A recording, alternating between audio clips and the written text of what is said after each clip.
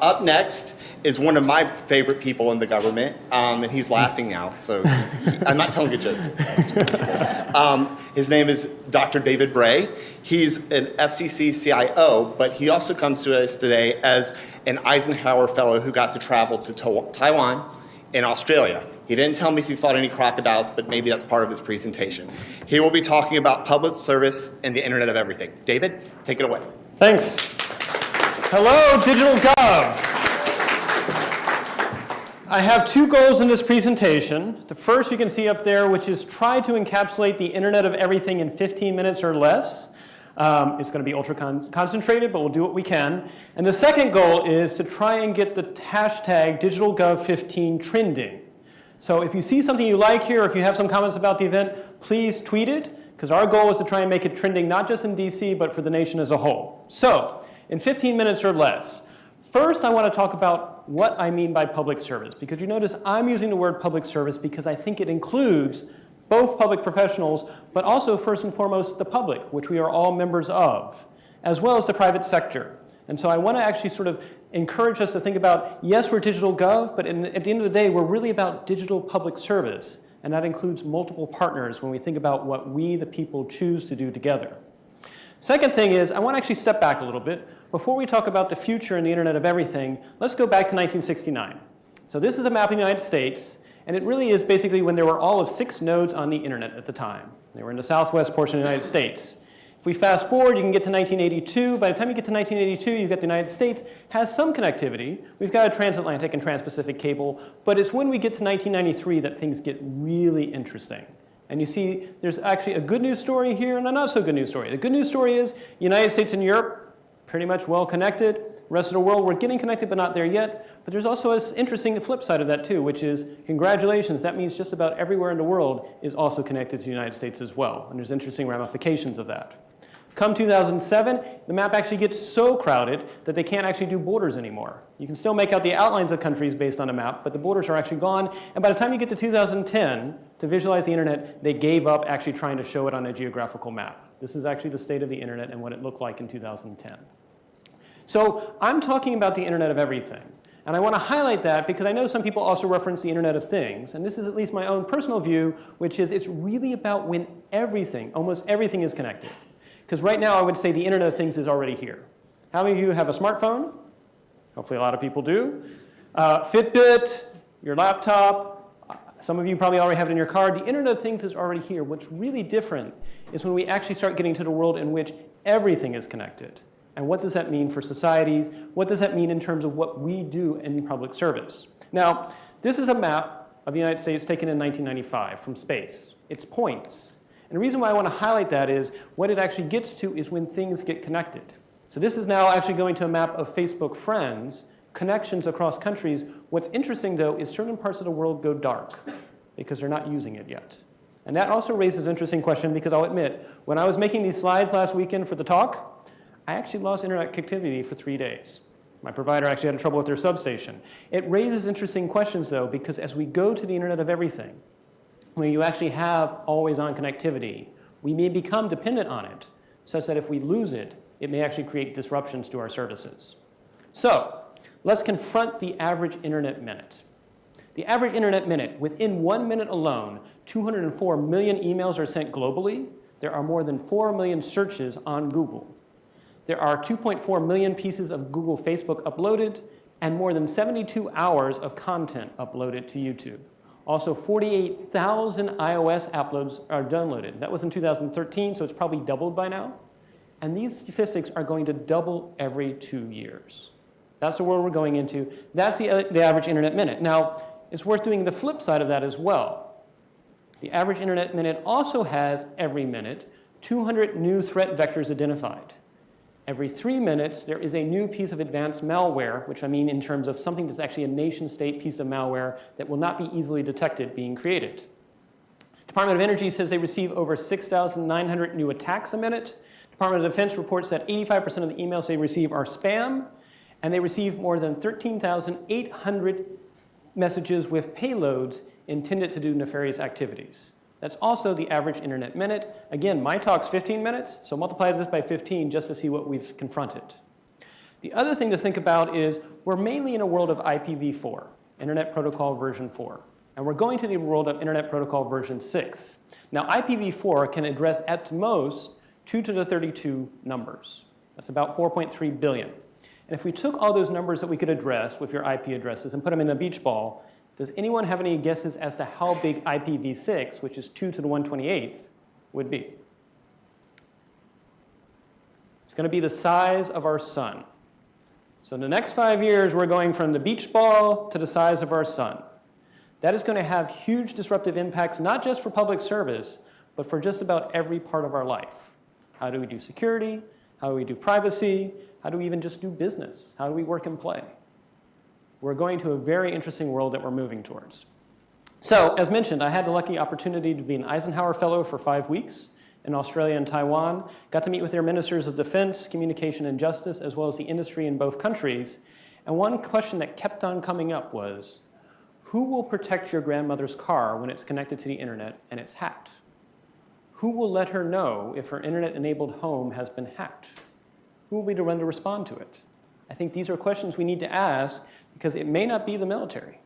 It may not even be Homeland Security. It may require thinking of a new civilian cyber workforce that could actually almost act as almost like medical professionals for the Internet of Everything devices. These are questions worth considering. The other thing that also came up, and it actually was said to me multiple times both in Taiwan and Australia as well, which is who's going to address these hard long-term questions? This was said to me actually by several political figures in both countries because they recognize their terms are short and that these issues will not be solved in just a year. They probably won't even be solved in 3 or 4 years. This is going to require long-term thinking. And so for those of you in public service, whether you've chosen to do it as an interesting brief stint before you go into something else, or you're more committed to the long haul, I would say ultimately it's going to have to be us. Industry is going to focus on for-profit, and that's great. That's what they should do. Politicians are going to focus on the short term because that's what they should do as well for the elections. It is going to fall on our shoulders to think about what is the long term, what is the world we want to live in 2025, and how do we start preparing for it now? So, the other thing that I also want to point out is your role of change agents is needed now more than ever.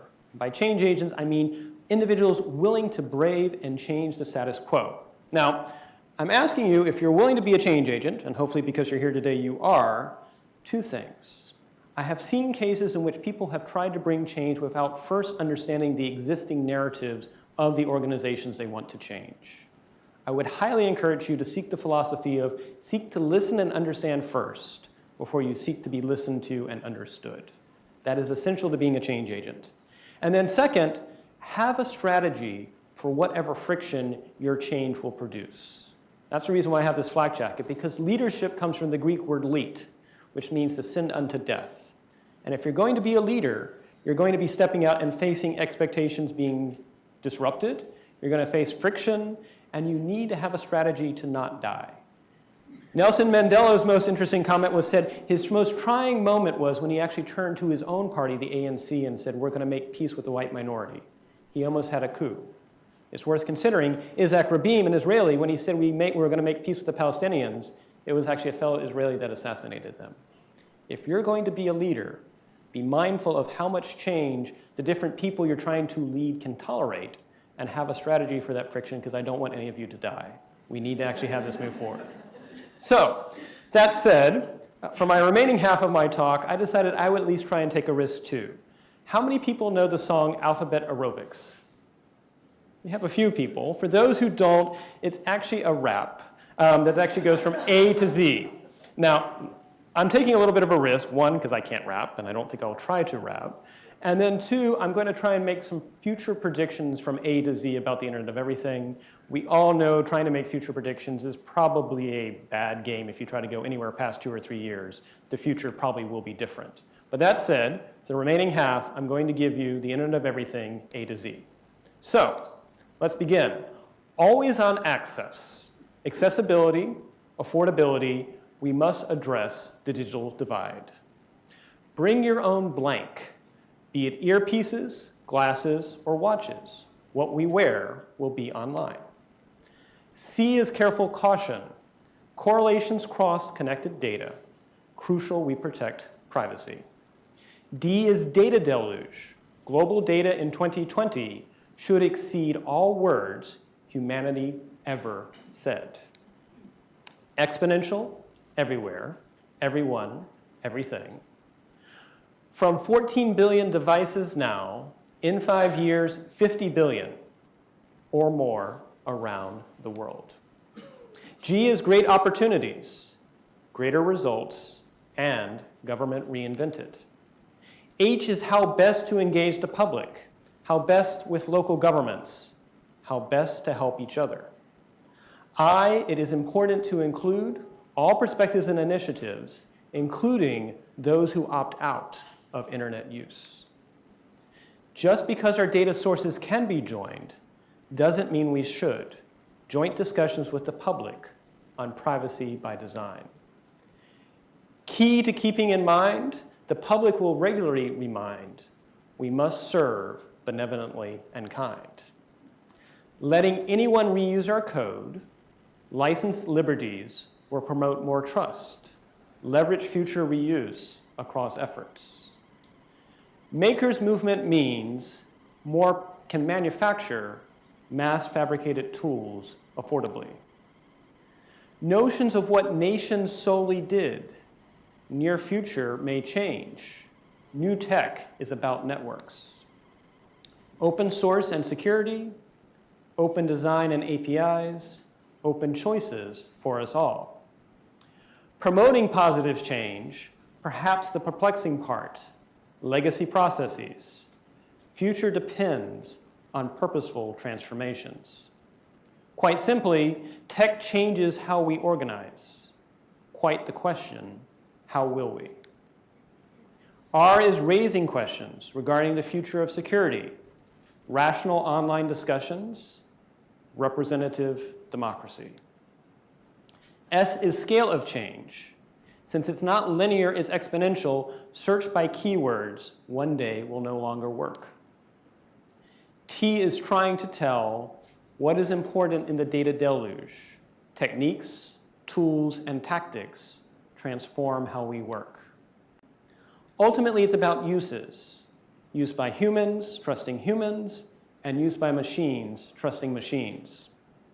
V is volume, velocity, variety, volatility, veracity. With the coming future, we're going where we've never been. We will need new ways to adapt. X is exponential, experiments to exchange expertise. Y is you matter more than ever. You can help transform our public service. You can be positive change agents.